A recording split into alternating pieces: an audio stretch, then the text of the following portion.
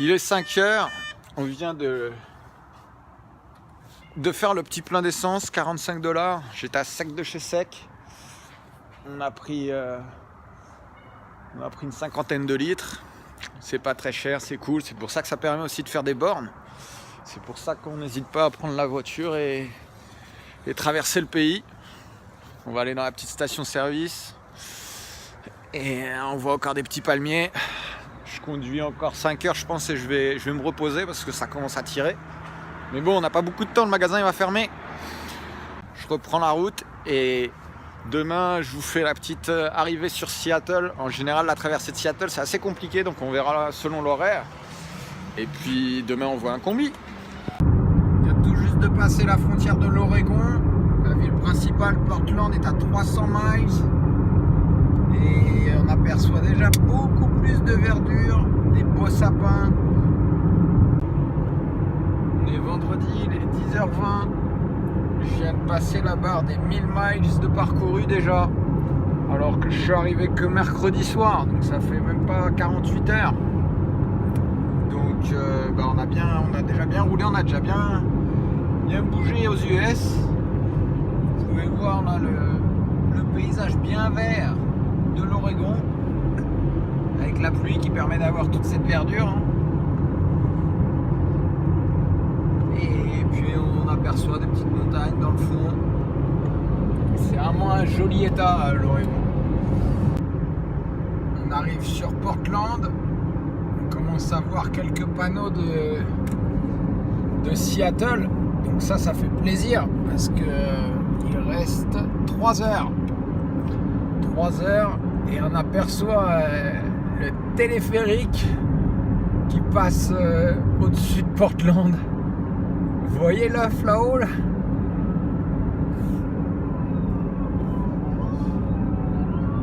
Voilà. Bon, on a le droit à une petite ambulance.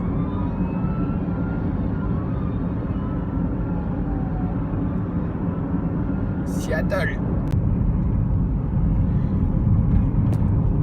On aperçoit très sûrement le downtown Seattle, downtown Portland, désolé.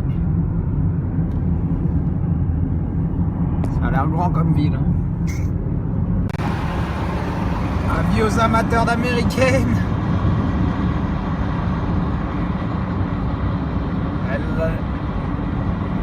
Il semblerait qu'elle ait été abandonnée sur le bord de la route. Et là, fourrière. Blam. Nous voici à Seattle, le port de Seattle. On aperçoit au fond, avec toutes les grues qui permettent de soulever les conteneurs dans lesquels on met nos voitures. On en a quelques-uns qui sont passés par ici. Et là, donc, bien sûr, on arrive et c'est les bouchons. Vous apercevez les gratte-ciel au fond à gauche. Vous devrez les voir un peu mieux un peu plus tard. Nous voici à Seattle.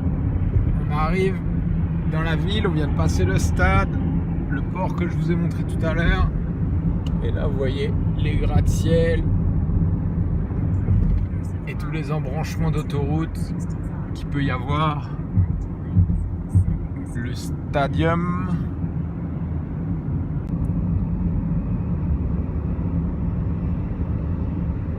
L'autoroute numéro 5 passe vraiment en plein centre-ville. J'essaie de doubler le bus, tac. C'est impressionnant. Et toujours un petit drapeau qui flotte, petit drapeau américain. Ils sont bien patriotes ici. On devrait arriver avant la nuit là, c'est cool. Je suis content parce que j'ai bien conduit.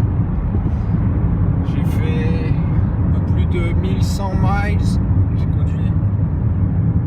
conduis depuis. Je me suis réveillé, il devait être 1h du matin. Là il est 15h. Donc c'est cool, j'ai bien avancé. Je suis passé de Los Angeles à Seattle dans la nuit. Il n'y a pas grand monde. Et puis du coup on va pouvoir voir nos petites affaires aujourd'hui, demain, dimanche. On va aller chasser. devrait bientôt arriver à l'endroit où le combi a été laissé. Ah, je vois le nom de la boutique. On va voir si on l'aperçoit. Oh, vous l'avez vu le petit combi? Moi je l'ai vu. Alors on va essayer d'aller se garer dans le secteur. Oh, qu'est-ce que j'aperçois là-bas? Je sais pas si on le voit d'ici, non? Ce serait pas une petite coccinelle? Petite cox de garer là. On va faire le tour du pâté. Oh bah dis donc, c'est le pays des coccinelles. C'est le pays des coccinelles. Me voilà en train d'arriver. Qu'est-ce qu'on aperçoit juste là? Un petit toit de Riviera. Bon, on va aller voir. Donc, nous voilà arrivés au garage. Le petit Riviera est là. Bon, c'est un peu une histoire de malade. Le gars, il l'a laissé là. Il a l'air un peu défoncé. Il sait pas trop où il en est, le proprio, je crois. Mais... Ah, vous voyez rien là. Il y a tous les meubles. Il manque juste la partie extension de matelas. Il y a un peu de jus là-haut, hein. C'est un peu dégueulasse. À l'avant, on a les pièces. Le mauvais point, c'est le coin qui a été changé. Et ils n'ont pas fait le meilleur des boulots. Mais surtout, on dirait qu'il y a comme un incendie. Bon, je le savais avant de venir. Maintenant, il s'agit de l'acheter au bon prix. Le garage, c'est pas trop quoi en faire. Il l'a acheté en se disant pourquoi pas le garder pour mes filles. Et ben moi je vais essayer d'amener ça. Peut-être qu'on essaiera de laisser le pneu ici. Hein.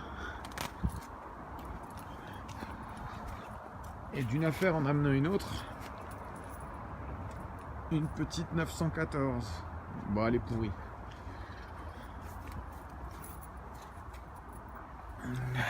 Quand on regarde les passages de roue, ils sont bien propres. Tac, les planchers aussi, donc je pense qu'on va essayer de faire l'affaire. Ok les petits amis, on vient de discuter le combi. J'ai un petit sourire parce que je crois que c'est une bonne petite affaire. Le proprio du garage en fait l'a racheté à l'ancien propriétaire. Et du coup là il veut s'en débarrasser. Donc on va aller à la banque, retirer des sous, faire des petits papiers et puis avoir un petit Riviera en plus à ramener à la maison. On a les sous en poche. On part finaliser la petite transaction pour le Riviera de 77. Un bel exemplaire avec un petit peu de travail dessus, mais je pense que c'est une bonne petite trouvaille. Je suis content. Je suis tombé dans le garage le plus cool du coin. Petite Porsche, une petite Cox Cab, Porsche Turbo. Et le gars il est en train de m'aider pour faire la carte grise et tout. Il est vraiment sympa. Des fois, on a de la chance. Ok, bon. Il y a un petit problème sur la carte grise. Donc, le gars du garage est en train d'essayer de m'aider. Et là, je lui dis, bon, tu veux que je t'achète de la bouffe, un truc il commence à se faire bien faim. Eh bien, écoutez bien ce qu'il me dit. Il me dit, non, non. Juste, tu vas me chercher un paquet de clopes. Donc, des fois... Même si on fume pas, il faut aller acheter un petit paquet de cigarettes pour que l'affaire elle finisse de se conclure tranquillement. Je l'espère. Thank you. Good night. You too. Okay. So we got the Marlboro Light for the guy. J'ai jamais acheté de cigarettes de ma vie, mais pétard, c'est cher, hein.